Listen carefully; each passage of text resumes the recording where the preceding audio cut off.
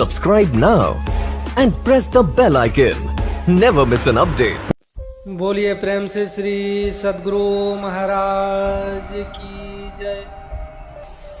प्यारे लोगों, आज हम बात करेंगे कि मनुष्य ध्यान के द्वारा ही ज्ञान प्राप्त कर सकता है। बिना ध्यान के ज्ञान या निर्वाण का प्राप्त करना मनुष्य के लिए मुश्किल है और नामुमकिन भी है। ध्यान के द्वारा ही मनुष्य परलोक की इन आत्माओं से संपर्क कर सकता है।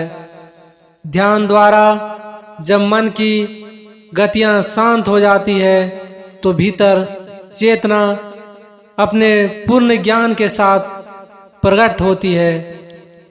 उस समय उसका अहंकार नष्ट हो जाता है,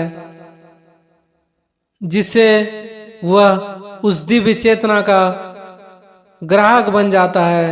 उस समय उसमें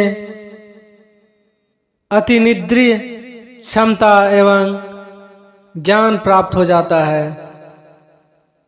ऐसे ज्ञान को ही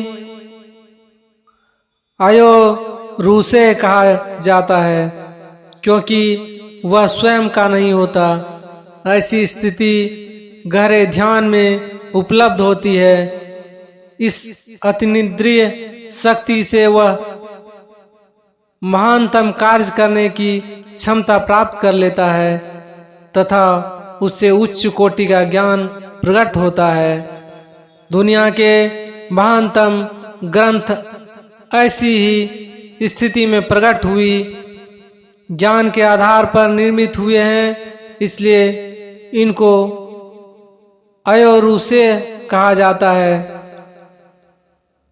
ऐसे ही ज्ञान को ईश्वरीय ज्ञान कहते हैं, जो मनुष्य की अध्यात्म और मध्यम से ही उतरता है।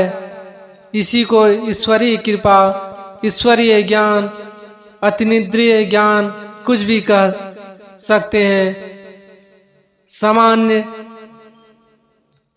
बुद्धि इतना कार्य नहीं कर सकती, इसलिए ज्ञानी पुरुष निरंतर ध्यान की उच्चतम क्रिया का व्याख्यान करते रहते हैं, क्योंकि ध्यान ही एक ऐसी प्रक्रिया है जिसमें वो घटनाएं घटती है और आप निर्वाण को प्राप्त हो जाते हैं।